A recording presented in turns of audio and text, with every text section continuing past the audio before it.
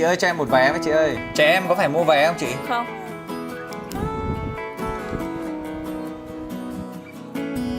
Đó, như vậy là bây giờ chúng ta đã có vé để vào đây rồi. Hôm nay thì đi cây vào đây, đi cùng hai cháu nhỏ. Và đi cây chỉ phải mua một vé thôi. Và giá vé cũng là 30.000, cũng giống như mình được biết trước đó. Văn Miếu Quốc Tử Giám là quần thể di tích đa dạng và phong phú hàng đầu của thủ đô Hà Nội.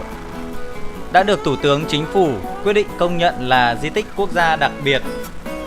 Thời nhà Lý thì Văn Miếu Quốc Tử Giám nằm ở phía nam của kinh thành Thăng Long và là tổ hợp gồm hai di tích. Thứ nhất đó là Văn Miếu để thờ Khổng Tử và các bậc hiền triết nho giáo và Chu Văn An.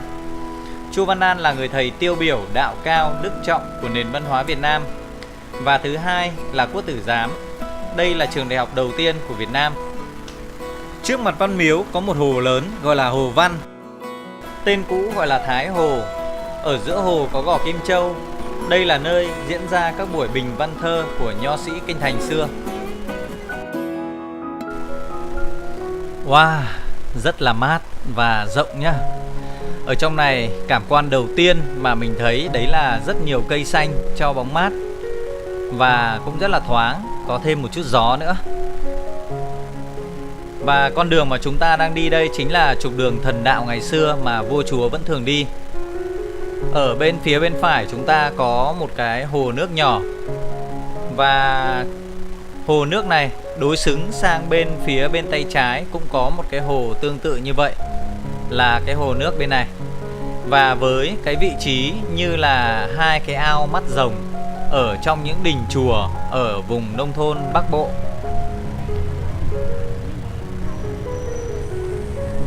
Ở trong khu vực Văn Miếu Quốc Tử Giám này thì được chia ra làm 5 khu vực riêng biệt.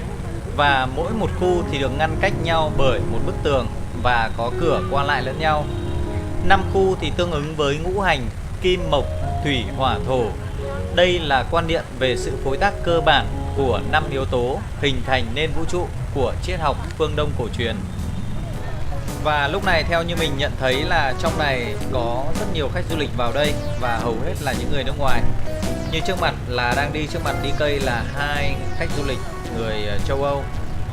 Và bên phía tay phải đây chính là một tốp khách người Trung Quốc. Có thể nói là người Trung Quốc vào đây tham quan cũng rất là dễ hiểu, bởi vì là trong này là thờ Khổng Tử. Và Khổng Tử là một người thầy giáo cực kỳ là nổi tiếng của đất nước Trung Hoa. Đây chính là cổng Đại Trung Môn. Và đi qua cổng Đại Trung Môn này, chúng ta sẽ vào khu vực thứ hai của Văn Miếu Quốc Tử Giám.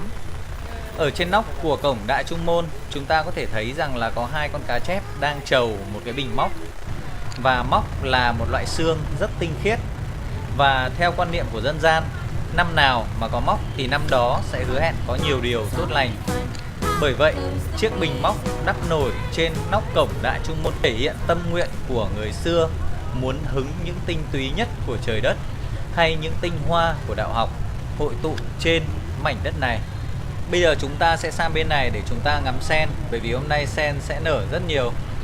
Và trước mặt chúng ta đây chính là cổng Đạt Tài. Bên phải phía bên kia chính là cổng Thành Đức. Tên của hai cái cổng nhỏ này thể hiện cái quan điểm giáo dục của người xưa là vừa có đức và vừa có tài. Nào bây giờ chúng ta hãy ra cái ao sen này để chúng ta ngắm nhìn sen nào.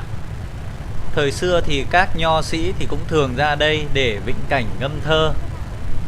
Đây ao sen của chúng ta đây rồi.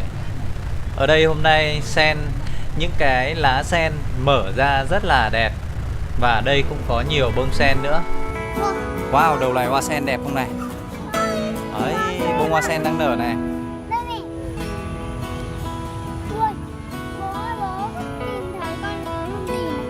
Đâu? À đây là con nhện nước con ạ. Đây là cổng Đại Trung Môn.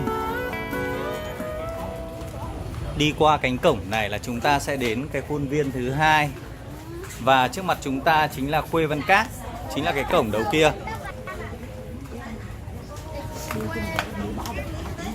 Ở ngay cái cổng Đại Trung Môn bên phía tay phải này là có một cái biển hướng dẫn nhá. Thì nếu như mà anh chị và các bạn mà không biết đến cái khu vực này, chúng ta có thể đọc cái biển hướng dẫn ở đây. Ở đây là chúng ta đang trong khu vực thứ hai của Văn Miếu Quốc Tử Giám. Về cơ bản thì như mình thấy ở đây cái không gian cũng không có khác là gì nhiều so với cả khu vực đầu tiên là khu vực nhập đạo. Cũng có nhiều hàng cây to, xanh mát và cây cổ thụ. Ngoài ra thì ở hai bên của đường Thần Đạo cũng có hai cái hồ nước nhỏ và có hai cửa nhỏ ở hai bên của Khuê Văn Các. Hai cửa này thì có tên là Bí Văn và Xúc Văn. Bí Văn có nghĩa là văn chương trau chuốt sáng sủa, còn Xúc Văn thì có nghĩa là văn chương hàm ý và xúc tích. Và đây cũng là những tiêu chí để học trò của ngày xưa và nay luôn luôn học tập và phát huy. Và trước mặt chúng ta đây chính là Khuê Văn Các. Khuê Văn Các nhìn không có vẻ không đồ sộ, tuy nhiên thì lại rất đẹp và cấu trúc rất là hài hòa. Ở dưới thì có 4 trụ bằng bê tông và phía trên thì có lầu 2 tầng, 8 mái. Và ở các góc của mái chúng ta đều thấy những cái họa tiết rất là cầu kỳ và đẹp mắt. Trên đỉnh chúng ta thấy là có một hình tròn. Hình tròn này là tượng trưng cho sao Khuê. Và như các bạn biết là sao Khuê là một ngôi sao sáng nhất trong chòm sao 28 sao của giải Ngân Hà. Và chính vì vậy mà ngày nay Khuê Văn Các đã được chọn làm biểu tượng của thủ đô Hà Nội, với cái mong muốn là văn chương mãi trường tồn và tỏa sáng như vì sao Khuê trên bầu trời.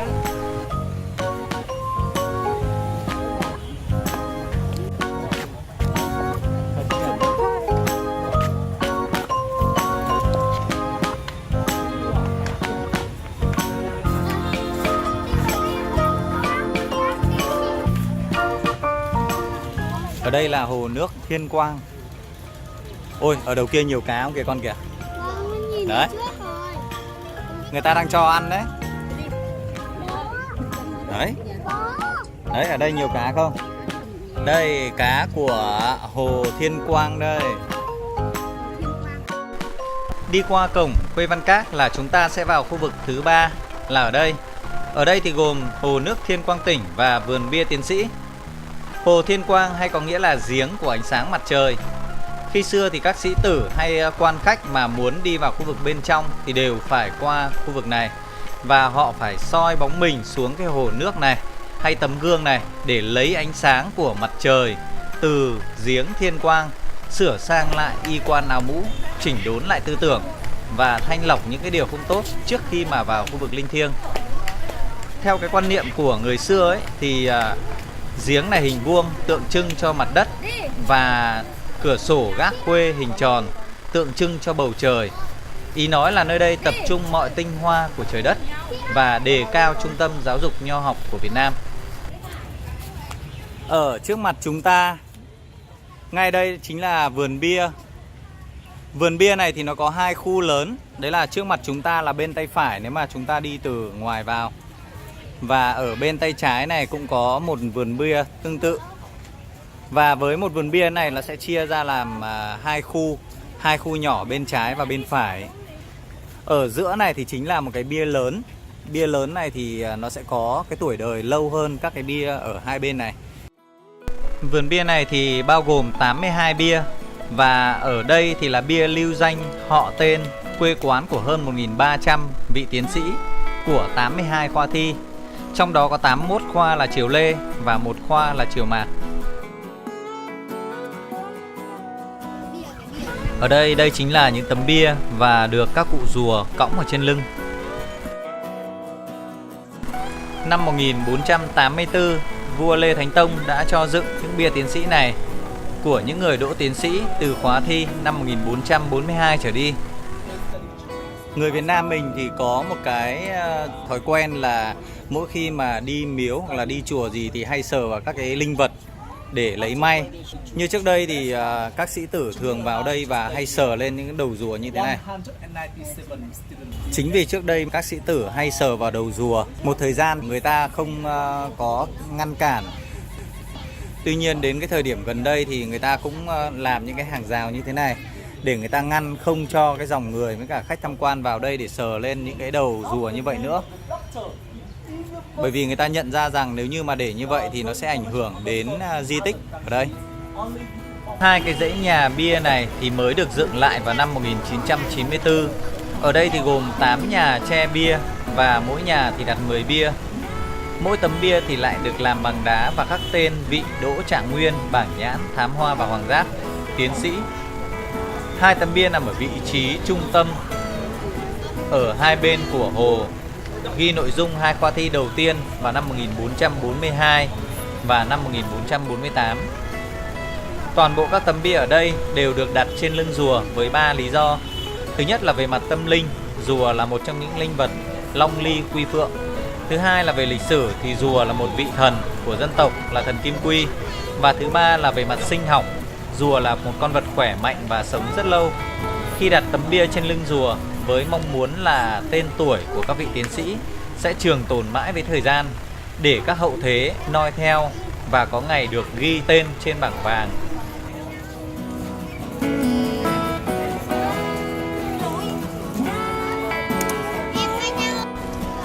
Phía tay phải này là chúng ta sẽ sang cổng Đại Thành.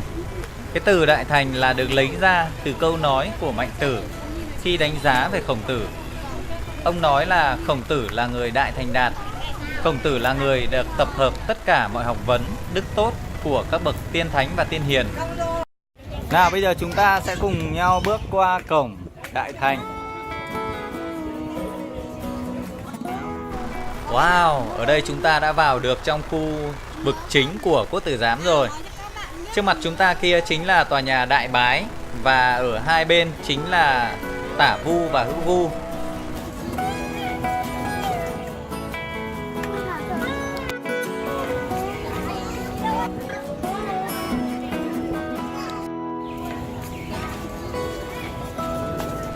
Trước đây thì hai bên tòa nhà Tả Vu và Hữu Vu này là thờ Thất Thập Nhị Hiền, có nghĩa là 72 học trò đã thành danh của Khổng Tử.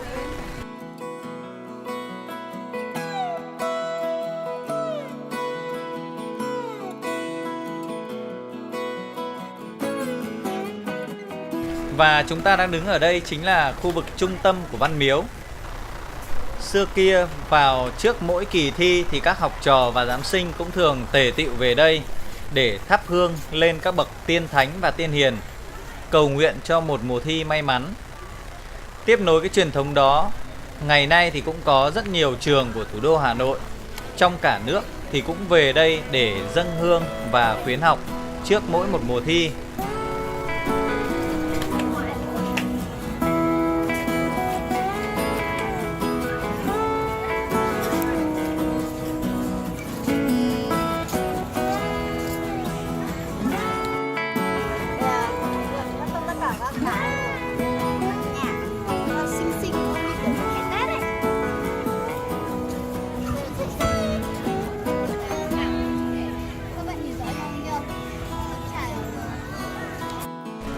Nào bây giờ chúng ta hãy cùng nhau vào đây thôi các con ơi. Ở trong tòa nhà này thì có 9 gian với 40 cột trụ chống mái. Ở trên nóc thì đắp nổi hai con rồng đang chầu nguyệt. Xưa kia tại tòa bái đường này, cứ một năm 2 lần vào mùa xuân và mùa thu, vua và các quan lại đại thần thường đến đây để tế lễ Khổng Tử và các vị tiên thánh tiên nho. Do vậy mà tại đây đặt một hương án rất đẹp làm bằng gỗ sơn son thép vàng. Ở phía trên kia là một bức hành phi Vạn Thế Sư Biểu, nghĩa là người thầy tiêu biểu của muôn đời.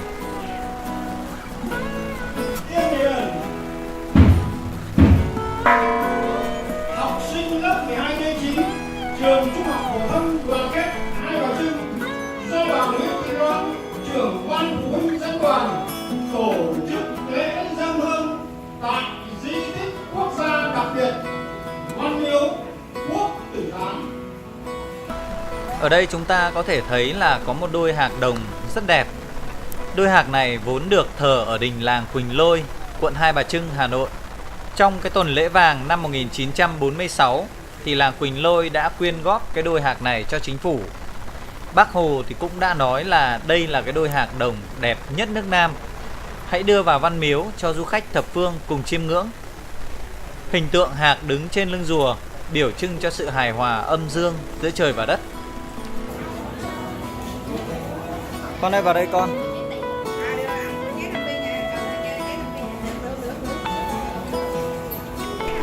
Đến đây là chúng ta đã đến trước mặt của Điện Đại Thành.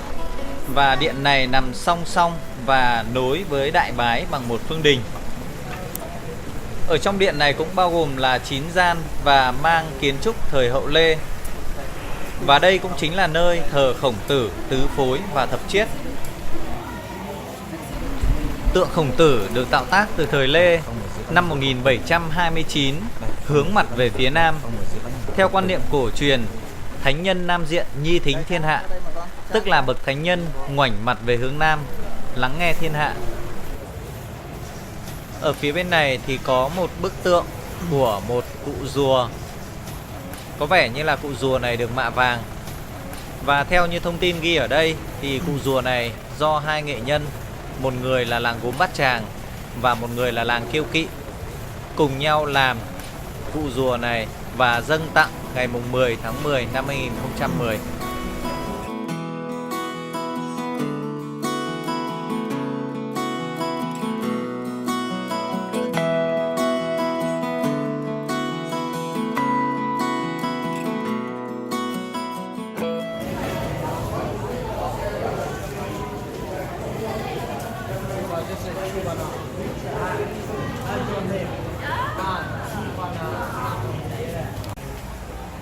Phía đông của tượng Khổng Tử là tượng Thánh Nhan Hồi và Tử Tư. Ở bên phía tây là Tông Thánh Tăng Tử và Á Thánh Mạnh Tử. Đây chính là 4 học trò xuất sắc nhất của Khổng Tử, những người đã có công kế thừa và phát huy truyền bá những nét đẹp của đạo Nho rộng khắp đất nước Trung Hoa, cũng như là các quốc gia mà chịu ảnh hưởng sâu đậm của nền văn hóa Trung Hoa là Nhật Bản, Hàn Quốc và Việt Nam. Ngoài ra thì trong điện này, ở hai bên đầu hồi còn có thờ 10 bài vị bằng đá. Đây là 10 học trò giỏi nhất của Khổng Tử, hay còn gọi là Thập Chiết. Bây giờ để đi được vào trong, bố con mình phải đi theo cái đường ngách này. Để đến được khu vực tiếp theo thì chúng ta sẽ phải đi ra ngoài sân và chúng ta đi vòng theo cái đường ngách ở đây. Lúc này trời cũng hơi đổ mưa lất phất và chính vì vậy mà đi cây cũng phải đi nhanh một chút để tránh tí nữa mưa to thêm.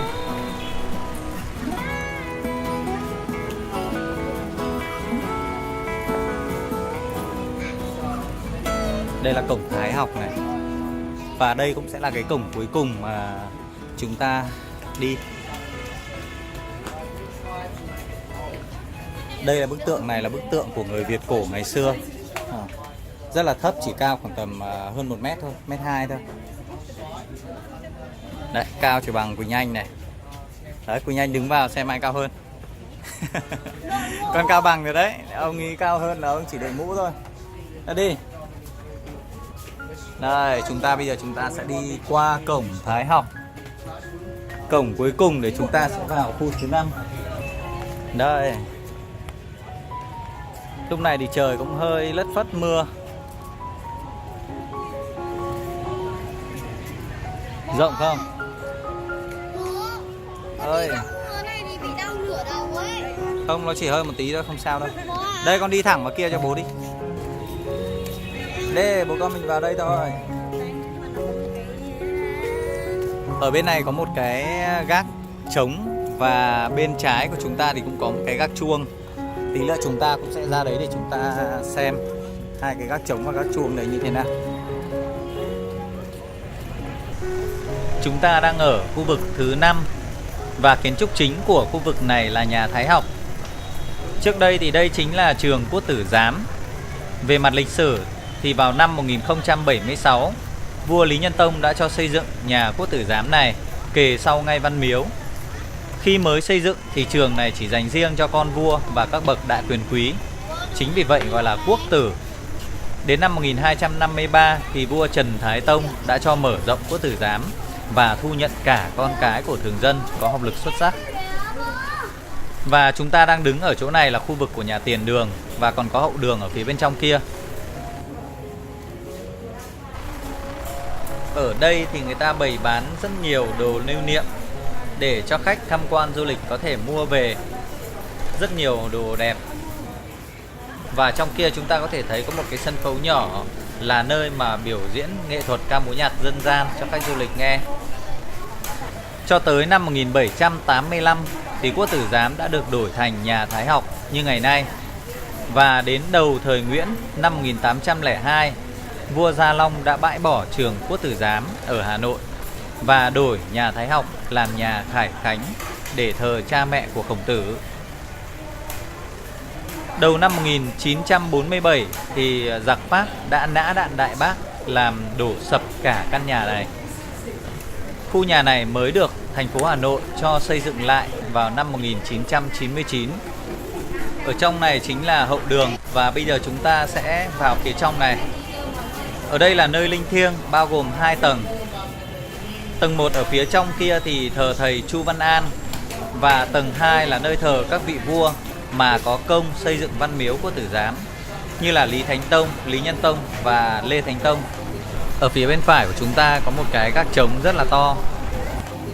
Wow, cái trống này rất to các bạn nhé. Và nó rất cao kìa. Cái bề ngang của bề mặt trống nó phải dài hơn 2 mét. Và ở chỗ này là chúng ta đang ở ngay trước điện thờ của thầy Chu Văn An.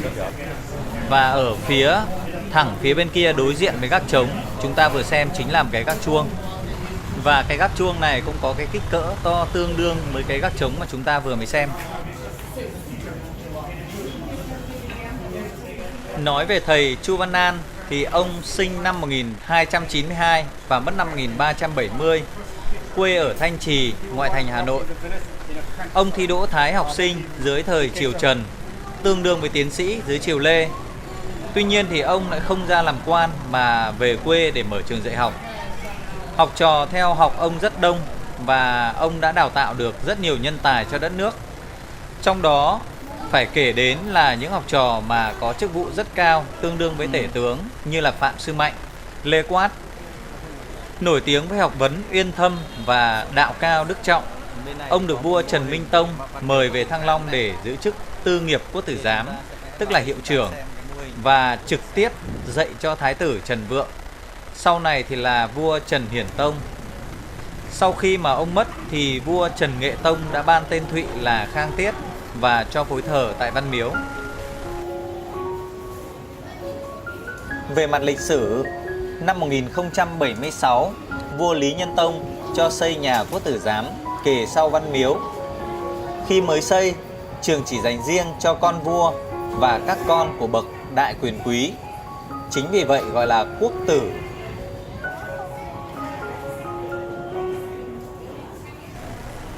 Ở đây chúng ta có thể thấy nhiều hình ảnh các bạn sinh viên và học sinh đang viết gì đó lên cái bảng nhung. Đây không phải là hình ảnh xa lạ mà lại rất quen thuộc tại Văn Miếu. Vì ở Văn Miếu này là nơi linh thiêng cao nhất của đạo học. Với cái nguyện ước mà muốn đỗ đạt, nhiều người dân đã cho rằng ghi tên tuổi mình lên đó cũng như là được ghi danh lên bảng vàng, và họ cầu mong một điều tốt đẹp sẽ đến.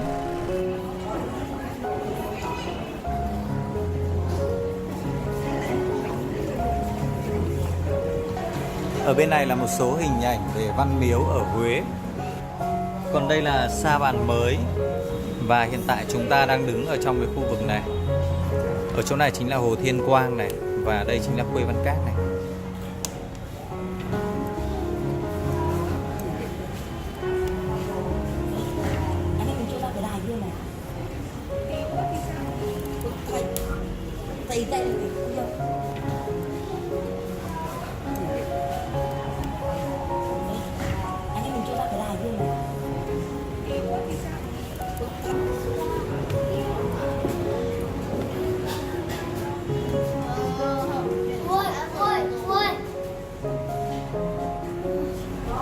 Đấy, chúng ta bây giờ đang lên tầng 2, nơi thờ những người mà có công xây dựng Văn Miếu Quốc Tử Giám.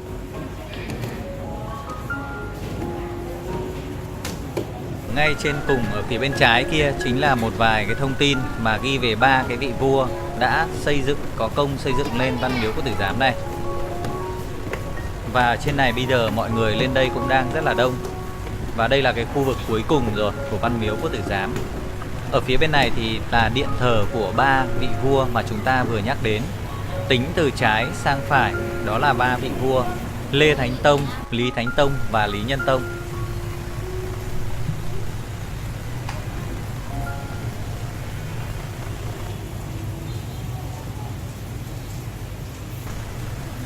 Wow, ở ngoài này bây giờ bắt đầu mưa to hơn rồi. Những tiếng mưa róc rách. Và chúng ta lại đang đứng trên Văn Miếu Quốc Tử Giám, một khu vực cao nhất của đạo học. Một cảm giác cũng rất là thú vị và êm đềm. Ở đây mọi người cũng đã ra hết ngoài này để được, cũng là một phần để ngắm mưa. Mưa ở đây đúng là mưa của Hà Nội rồi. Mưa của Văn Miếu Quốc Tử Giám.